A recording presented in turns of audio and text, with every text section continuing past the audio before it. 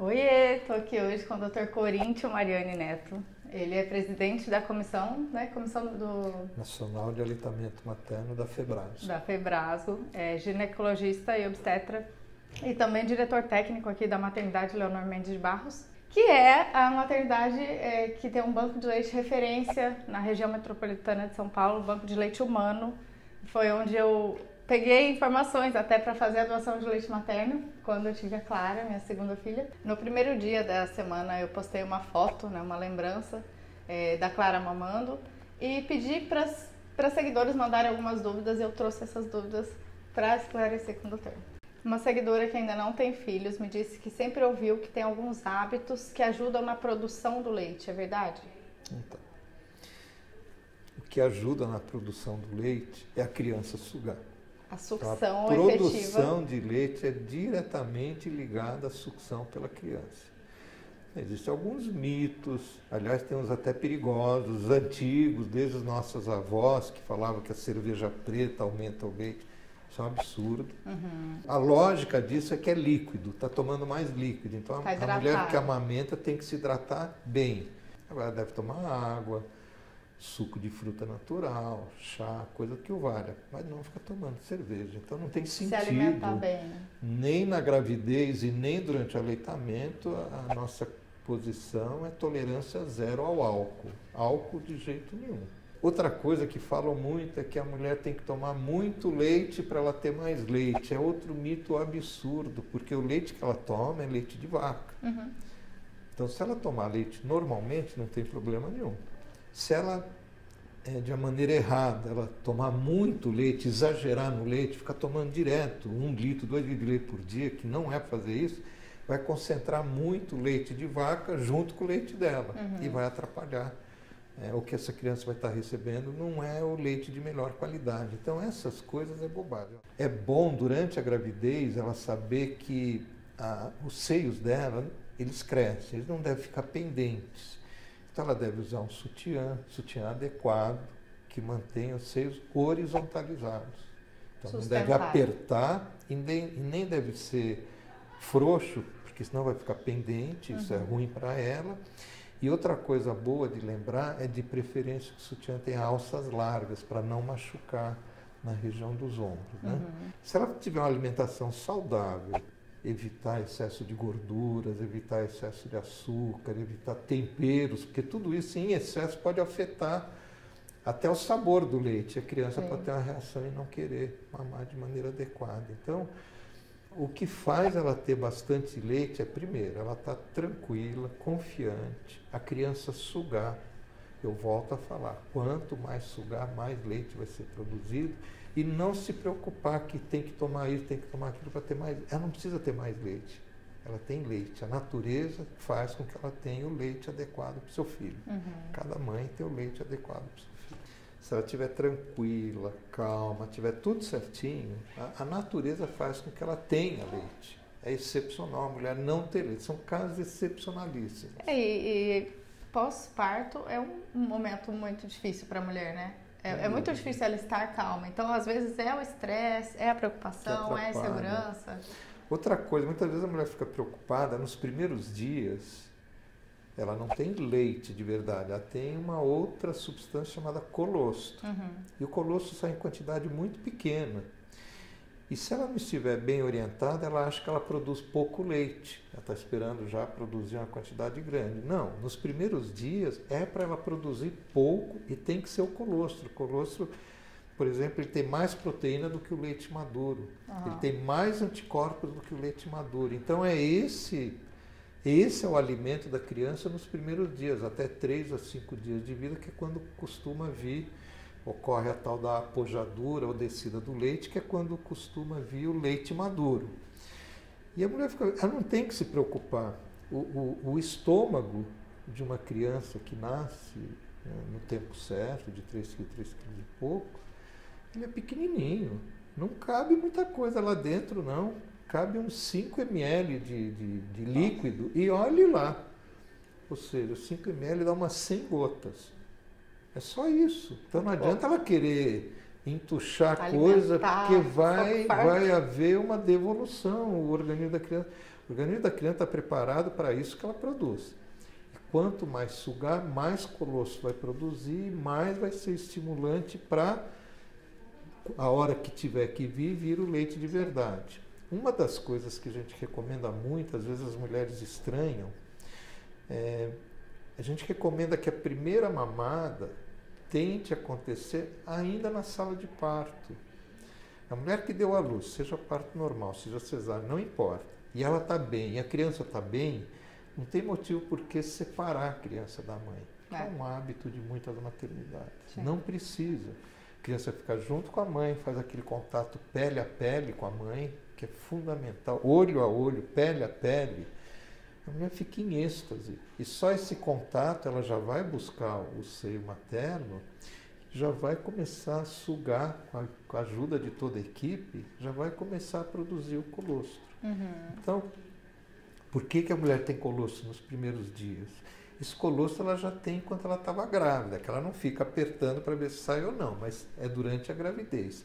É exatamente o estrogênio que a placenta produz que modifica a produção de leite. Durante a gravidez ela produz colostro. Ainda tem esse hormônio circulando alguns dias, por isso que ela não produz leite de cara, ela produz colostro. E aos poucos vai desaparecendo, vai surgir o leite maduro. Então, a mulher produz o leite que o filho, a filha dela necessita. Não precisa se preocupar se está faltando, não está faltando. A criança que está indo bem, que está urinando de maneira adequada, está tudo indo bem, não precisa se preocupar em ter mais leite. Muita mulher quer tomar alguma coisa para ter mais. É bobagem, não há necessidade. São casos excepcionalíssimos que a gente precisa prescrever algum produto, alguma substância para aumentar a quantidade. O senhor tem visto uma mudança dos profissionais que atendem essas mães na maternidade? Porque, assim, a minha irmã teve bebê há menos tempo que eu, né? Tem menos de 2 anos. E eu presenciei a enfermeira apertar o bico do peito e falar: olha, eu acho que você ainda não tem leite. Fala com o doutor se ele vai prescrever alguma coisa. E eu achei aquilo tão absurdo, numa grande maternidade particular de São Paulo, que eu fiquei em choque. É um absurdo. Porque eu volto a falar, o começo é pouco colostro que sai. No período que a mãe está na maternidade, ela não produz leite, habitualmente 2, 3 dias ela vai embora para casa. Nesse período ela só tem colostro. O que ela tem que fazer é com que a criança sugue o máximo possível. Como é que dá para fazer livre demanda na maternidade? Só se fizer alojamento conjunto. É outra coisa que ela já tem que... O obstetra já tem que orientá-la durante o pré-natal. Quando ela for dar à luz, ela já avisa que ela quer ficar em sistema de alojamento conjunto, ou seja, a criança junto com ela o dia inteiro. Só vai retirar a criança se tiver que fazer alguma coisa especial no berçário, que nem deveria existir berçário de crianças normais. Eu acho que eu já senti uma mudança grande aí dos berçários. Isso. Em relação Só tem que ir para o tal do berçário criança que tem algum problema, tem alguma coisa que ela tem que ser tratada, tem que ter alguma atenção especial. A maioria das crianças deveriam ficar junto com a mãe, nas 24 horas do dia. Inclusive é o período que ela vai se adaptar, que elas vão se conhecer melhor, que elas vão estabelecer o melhor horário entre elas. Então, realmente é um absurdo uma profissional de saúde, seja a categoria que for, ir lá apertar e falar que não é assim. Porque isso, inclusive, pode trazer até um trauma para essa mulher, um trauma emocional de que ela não tenha leite. Realmente não é apertando assim, é a criança indo lá, sugando, se for preciso fazer uma massagem para ajudar, com muita calma, né? Sem aquele desespero. Então o profissional tem que estar lá para ajudar. Não? A mulher tem que ser incentivada, tem que ser estimulada. Se está saindo pouco, é porque ela não está usando a técnica mais adequada. Tem que ir lá e ensinar para ela qual é a técnica adequada. Se ela está confortável, se a criança está na posição correta, se ela está calma, se o ambiente é favorável. Imagina, a mulher está na maternidade, de repente, por exemplo, a maternidade privada, aí chega a visita e ela tem que atender a visita em vez de atender a criança. Então, tudo isso deveria ser pensado. O horário que a criança vai mamar tem que ser horário sagrado, mais nada. A atenção dela deve estar voltada só para isso. Em nenhum momento a gente vai falar para a mulher não tem leite. A alimentação da mãe pode influenciar nas cólicas do bebê também? Então, dependendo do que ela come, como eu falei, não tem nenhum alimento que seja proibido durante a amamentação. Pode comer de tudo. Agora, ela não deve exagerar em certos alimentos que, primeiro, alguns que pode provocar alergia. Muito leite de vaca, café, chá, chamate. Alimentos com conservantes também? Alimentos com conservantes. Porque eu notava muito na minha filha, quando eu comia molho de tomate de caixinha. Então, ela não deve abusar de determinadas coisas que pode provocar alergia.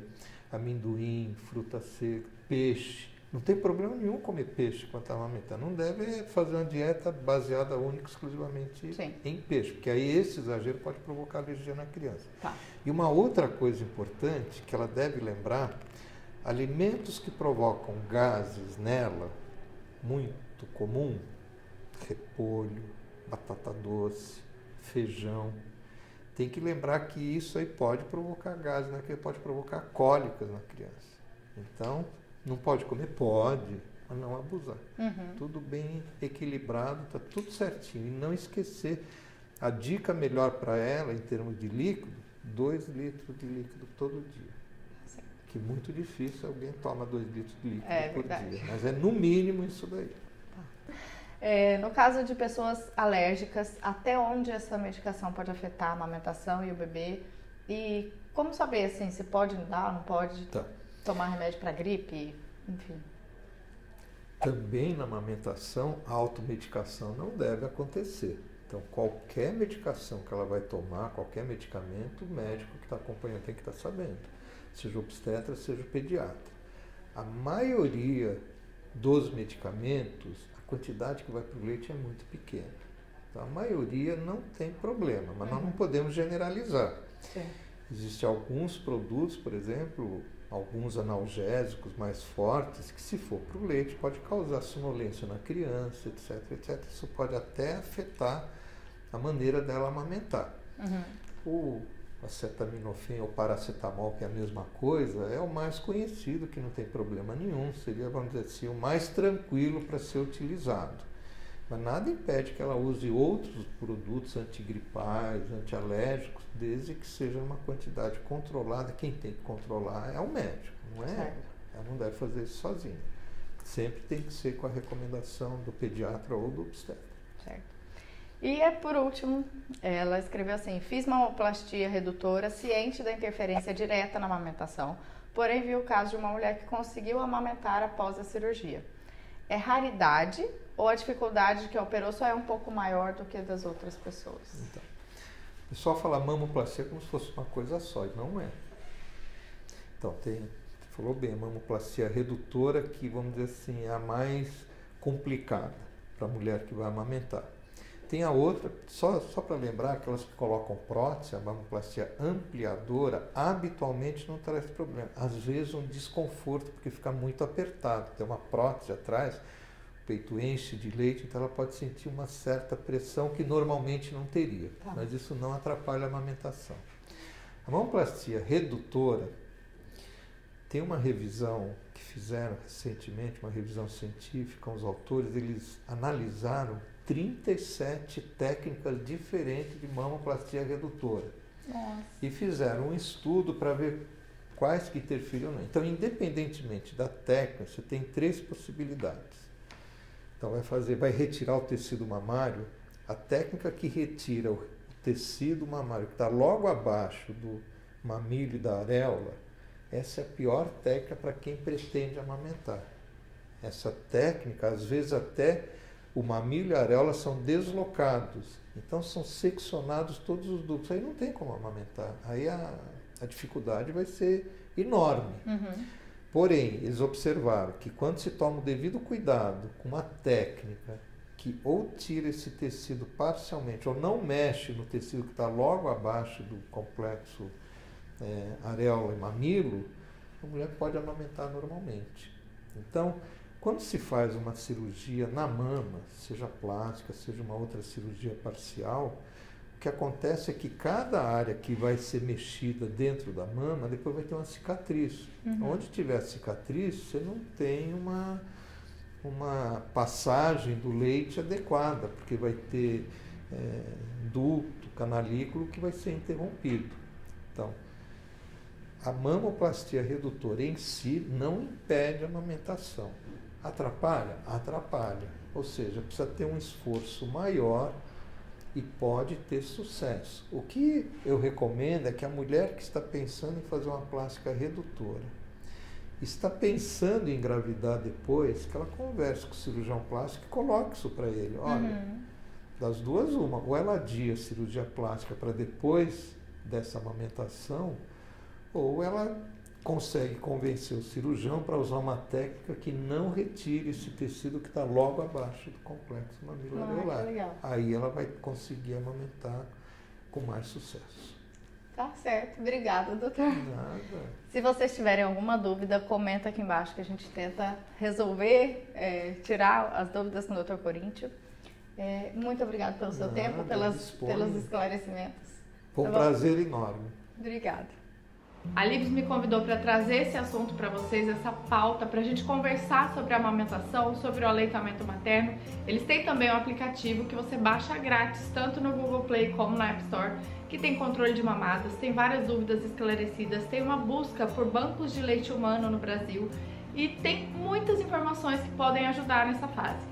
Tem também lista de compras, tudo que você precisar para o seu bebê nesse começo, você consegue, com a ajuda do aplicativo, se organizar e ter mais tranquilidade, né? Então, se quiserem baixar grátis, eu vou deixar o link aqui no box de informações, tá bom? O aplicativo chama Diário da Amamentação.